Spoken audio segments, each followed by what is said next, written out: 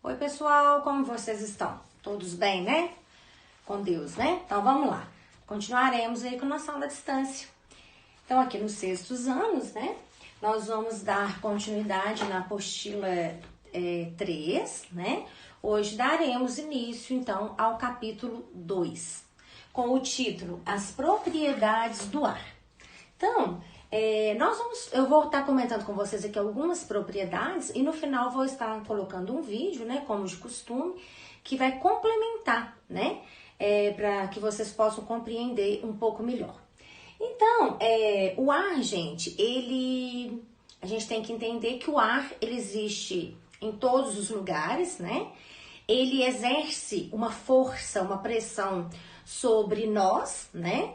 De fora para dentro e também de dentro do corpo da gente para fora, né? Então, tem que haver um equilíbrio entre a força externa, né? A pressão externa exercida sobre nós, da mesma forma, né? A força interna exercida do corpo da gente pro lado de fora, né? Mas para poder entender isso aí um pouquinho melhor, né? A gente vai falar sobre algumas propriedades que o ar tem. Então vamos lá. Uma delas aí, massa. O ar, ele tem massa, tá? Ele ocupa lugar, tá certo? Então ele tem massa, ele tem volume, porque ele ocupa um lugar, não é isso? Então, devido à massa que ele tem e o volume que ele tem, vocês vão ver aí no vídeo que tem uma outra propriedade também que a gente chama de densidade, tá? Que é uma propriedade, né, que a gente vai utilizar tanto a massa quanto o volume para determinar a densidade, tá? Que é a massa sobre o volume, tá bem? Então, ele tem essa propriedade também. Uma outra propriedade é a pressão, que eu já falei, né? Que é exercida em todas as direções, né? E também a expansibilidade. O que é isso? É que o ar, ele tem a capacidade de ocupar um espaço menor, como ele tem a capacidade de se expandir, de ocupar um espaço maior. Então, é uma propriedade também que o ar tem. Então, por exemplo, às vezes a gente passa um perfume, né? A gente está no quarto. Às vezes, um outro cômodo da casa, né, a sala, por exemplo, pode também a pessoa que está lá sentir aquele cheiro. Por quê? Porque as partículas do perfume se misturam ao ar e como o ar pode se expandir, então pode ocorrer também da pessoa sentir esse cheiro em outro local. Da mesma forma, como a gente pode fazer o ar ficar a compressibilidade. O que é isso? Ao contrário, é o ar ocupar um espaço menor, né?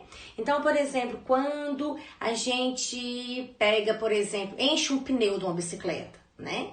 A gente vai pressionando o ar ali dentro até encher todo aquele pneu, né? Mas vai chegar um determinado momento que não cabe mais ar ali dentro, não é isso? Então, ele tem essas duas propriedades, da compressibilidade e da expansibilidade, tá?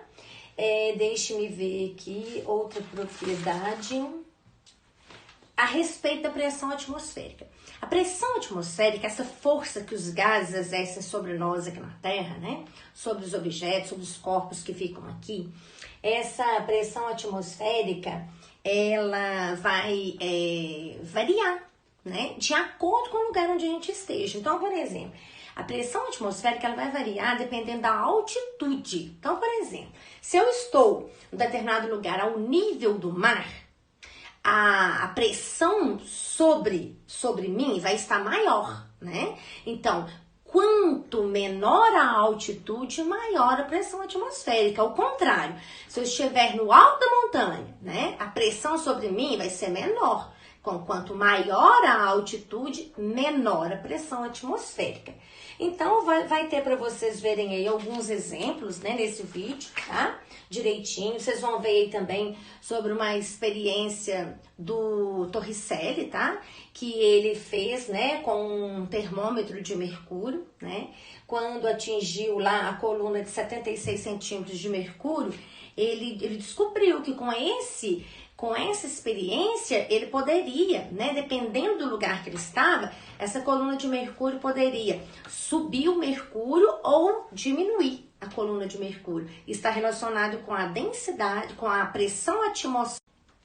Então, esse experimento que ele fez está relacionado com o quê? Com a pressão atmosférica relacionada com a altitude, né?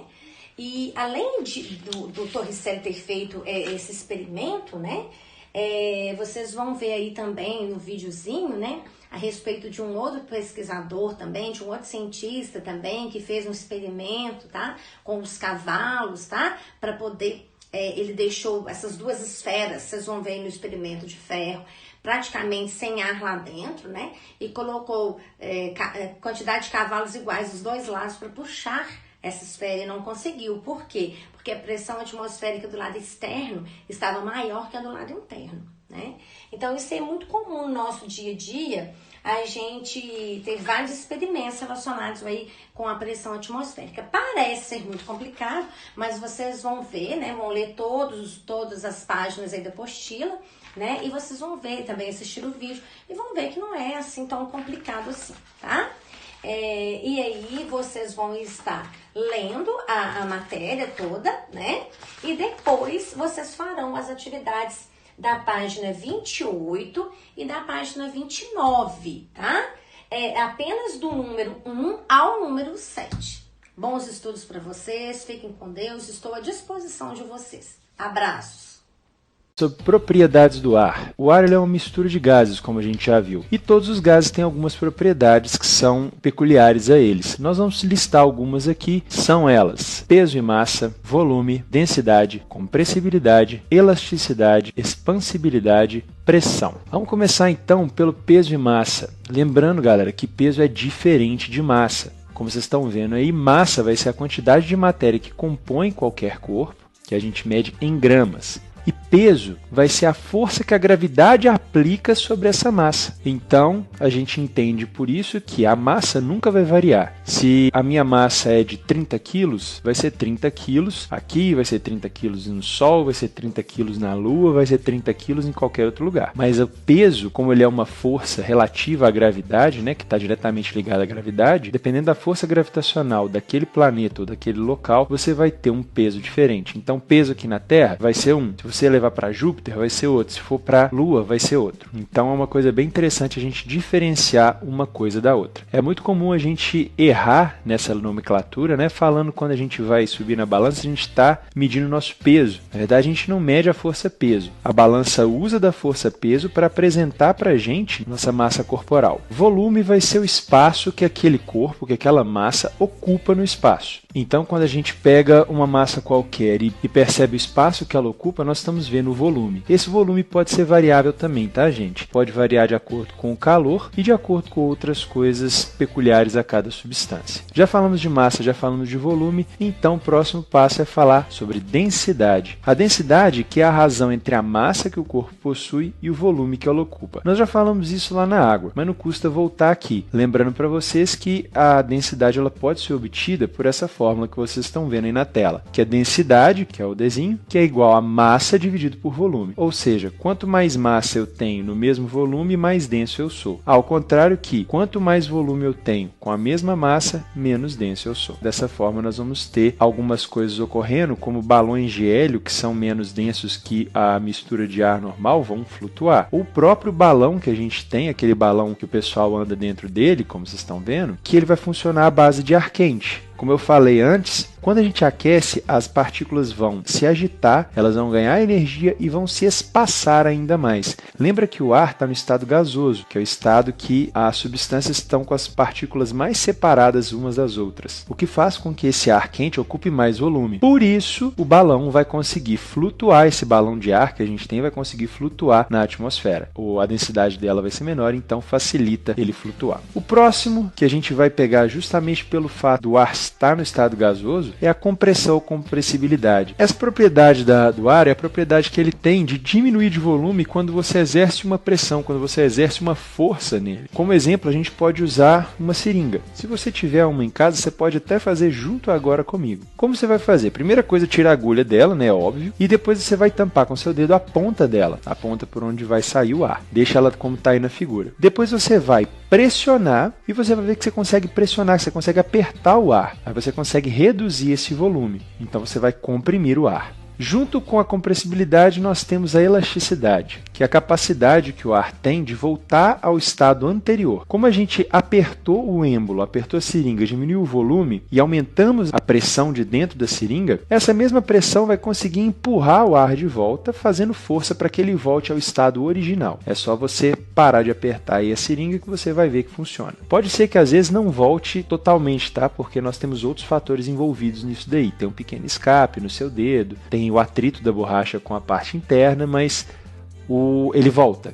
Então, elasticidade é isso. A próxima que nós vamos falar vai ser a expansibilidade, que é a propriedade que o ar vai ter de aumentar de volume, ocupando todo o espaço disponível. Nesse caso, vai ser um pouco diferente do que a gente falou antes na questão de aquecimento. Por quê? Como as partículas estão muito espalhadas umas longe das outras, você vai ter muito espaço vazio entre elas, o que faz com que outras partículas de outros gases consigam entrar naquele local. Esse é o motivo pelo qual a gente vai ter ar em todo canto. E também, se a gente abre um frasco de perfume no canto da sua sala, mesmo a sala sendo grande, depois de um tempo você começa a sentir o cheiro, porque aquelas partículas que viraram gás ali daquele perfume, elas vão começar a ocupar o maior espaço possível que ele consegue. E por último, nós vamos falar da pressão. A pressão ela vai ser a força com a qual as partículas de ar vão colidir com a superfície que elas estão em contato. Como elas estão em movimento, elas estão soltas, então elas vão bater nas superfícies que elas encostam e vão ser refletidas, vão seguir o caminho delas. Quanto mais forte elas batem, maior a pressão. E essa pressão pode ser influenciada pela quantidade de partículas pressionando a superfície, como no caso da seringa mesmo que a gente falou, né? Quando a gente diminuiu o espaço, mais partículas bateram no espaço menor, ou pelo grau de agitação das moléculas ou das partículas desse gás. Quanto mais calor, maior a agitação, mais elas se mexem.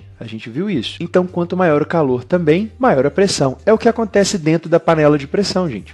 Essa pressão, quando a gente fala do ar em geral, a gente chama ela de pressão atmosférica. Essa daí que vocês estão vendo é a prova da pressão atmosférica. Quando a gente coloca um papel embaixo de um copo, vocês veem que a pressão é bem forte. A gente não sente que o nosso corpo está acostumado.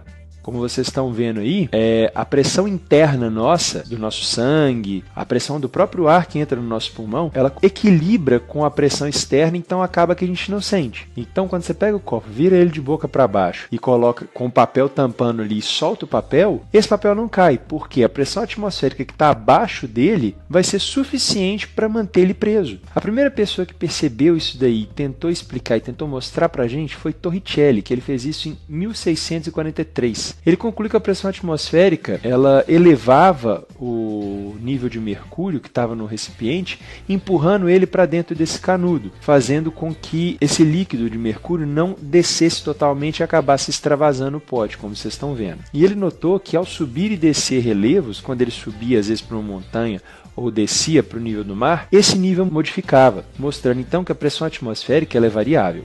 Com isso, a gente pode comprovar e mostrar que a pressão atmosférica, quando ela está no nível mais baixo, próximo do nível do mar, ela vai ser maior que no topo de uma montanha. Basta a gente pensar a quantidade de ar que tem sobre as pessoas que estão no nível do mar e que tem sobre a que está na montanha, como vocês estão enxergando aí. Quanto maior a coluna de ar, maior a pressão. Quanto menor a coluna de ar, menor a pressão. E outra pessoa que testou a pressão atmosférica, mostrando que ela é bem forte mesmo, foi esse cientista aí, Otto von Guericke. O que ele fez? Como eu mostrei para vocês agora, dei esse zoom aí, fica mais fácil de ver. Ele pegou duas esferas de metal, bem resistentes, elas só encaixavam, não tinha vedação, só tinha uma vedação para não deixar ar entrar nem sair, mas ele colocou duas esferas juntas, encaixou elas, e por uma válvula, que é essa daqui que vocês estão vendo, que eu acabei de circular, ele retirou todo o ar lá de dentro, fazendo com que lá dentro não tivesse ar nenhum, ou seja, a pressão atmosférica ali dentro, zero. Ele fez quase zero, ele fez quase um vácuo. E depois ele colocou cavalos de cada lado para puxar essa esfera e tentar fazer elas soltarem, já que elas não estavam presas por nenhum parafuso, por nenhuma trinca, nem nada. E, por incrível que pareça, essas metades de esfera aí, elas não se separaram. Porque a força da pressão atmosférica foi suficiente para impedir que 4 cavalos de cada lado conseguissem abrir esse equipamento que ele colocou aí, provando mais uma vez a força da pressão atmosférica.